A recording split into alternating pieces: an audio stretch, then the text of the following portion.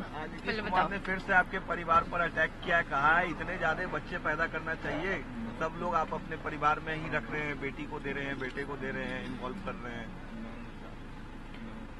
क्या बोले चाचा जी के लिए, क्या बोले? मतलब समझ में नहीं आ रहा क्या बोले इस पे। नहीं, मंच से उन्होंने ये बात आज कही है। इस तरह का बोलना चाहिए। अब बिहार की जनता समझेगी कि बिहार प्रदेश के मुख्यमंत्री जी क्या कहना चाह रहे हैं। मतलब जिनके बच्चे क्या कहना चाह रहे हैं हम समझ नहीं पा रहे हैं। जब हमारे साथ थे तो उनको नहीं पता था, क्या कहें हम उनको। एक तरह से परिवारवाद पर हमला किया उन्होंने। अब मोदी जी बंद कर दिए हैं तो चाचा जी शुरू किए हैं परिवारवाद पे बोलना।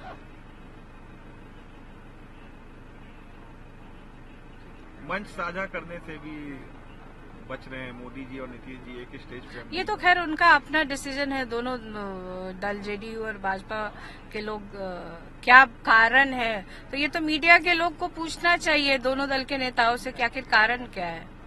हम लोग को तो बहुत सारे कारण समझ में आ रहे हैं, लेकिन आप लोग उसको सार्वजनिक करिए कि आखिर कारण क्या है। क्या कहीं से उनको मतलब समझ में आ गया है कि हम लोग कमजोर पड़ रहे हैं, बिहार की जनता साथ नहीं दे रही है, इसलिए लोग अलग अलग कर रहे हैं कि आप इधर करिए सभा, हम कहीं और करें। क्या है कारण, तो यही लोग बताएंगे ना।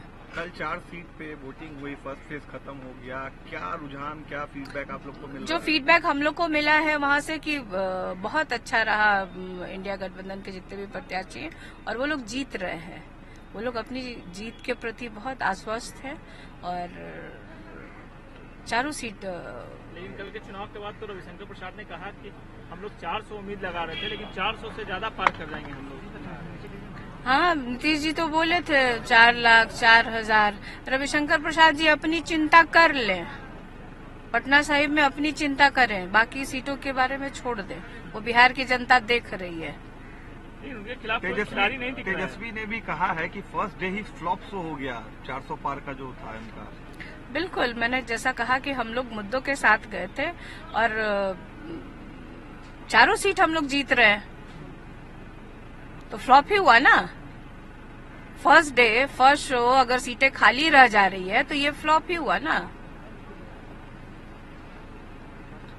चिराग पासवान अपने मां को लेकर राजनीति हो रही है, क्या कहेंगे? देखिए, इसमें कल मैंने भी कहा था कि किसी भी दल की महिला हो, चाहे देश की या राजनीति से जुड़ी हुई हो या किसी से जुड़ी हुई है, उनके प्रति इस तरह का अभद्र भाषा का प्रयोग नहीं होना चाहिए। वहीं पे आप लोग देखिए, सब लोग हाय तौबा मचा रहे हैं और यहीं पे हमारी बहन के बारे में, पिता पुत्री के बारे में इस तरह की भाषा का प्रयोग किया गया, तो उस पर तो किसी ने कोई रिएक्शन नहीं दिया, किसी को वो समझ में नहीं आया। प्रधानमंत्री जी भी आए, वहाँ उप मुख्यमंत्री को अपनी सभा में बैठा रहे हैं, तो एक तरफ आप मतलब आप कह रहे हैं कि हम लोग के ऊपर आरोप लगा रहे हैं, जो कि हम लोग इसकी निंदा कर रहे हैं। हम लोग तो बोल ही रहे हैं कि महिलाओं के प्रति इस तरह की भाषा का प्रयोग किसी भी दल के द्वारा या किसी के द्वारा नहीं होना चाहिए। वोटिंग परसेंटेज जो कम हुआ है, वोटिंग परसेंटेज जो कम हुआ है, उससे बीजेपी थोड़ा घबराई भी है। बिल्कुल, 10 साल में जो इनकी नाकामियां रही हैं तो कैसे वोटिंग परसेंटेज बढ़ेगा? आप बताइए ना।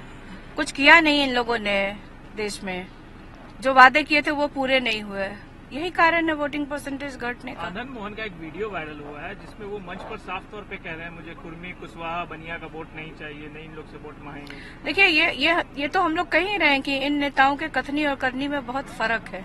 वोट आप देखिए ना कि अभी जनता में किस तरह से ये लोग भ्रम फैलाते हैं, वहीं पे जब अब किस जगह भाषण दे रहे थे ये भी एक सोचना पड़ेगा कि आखिर वो कहाँ बैठे थे, वो कहीं अपने लोगों के साथ बैठे थे, किस तरह से वायरल हुई है। तो मैं यही कह रही हूँ कि प्रधानमंत्री जी घूम घूम के कह रहे हैं कि हमें सबका वोट चाहिए, सबका साथ और चाहिए, और वहीं पे उनके जो उम्मीदवार हैं जेडीयू के, वो इस तरह की खुद उस वर्ग से आते हैं जिसका वो विरोध कर रहे हैं। तो शायद मुख्यमंत्री के जिस वर्ग से आते हैं उनका वोट नहीं चाहिए। अकेले ही आनंद मोहन जी को लग रहा है कि हम सफिशिएंट है, तो जनता वहाँ शिवहर में बताएगी उनको।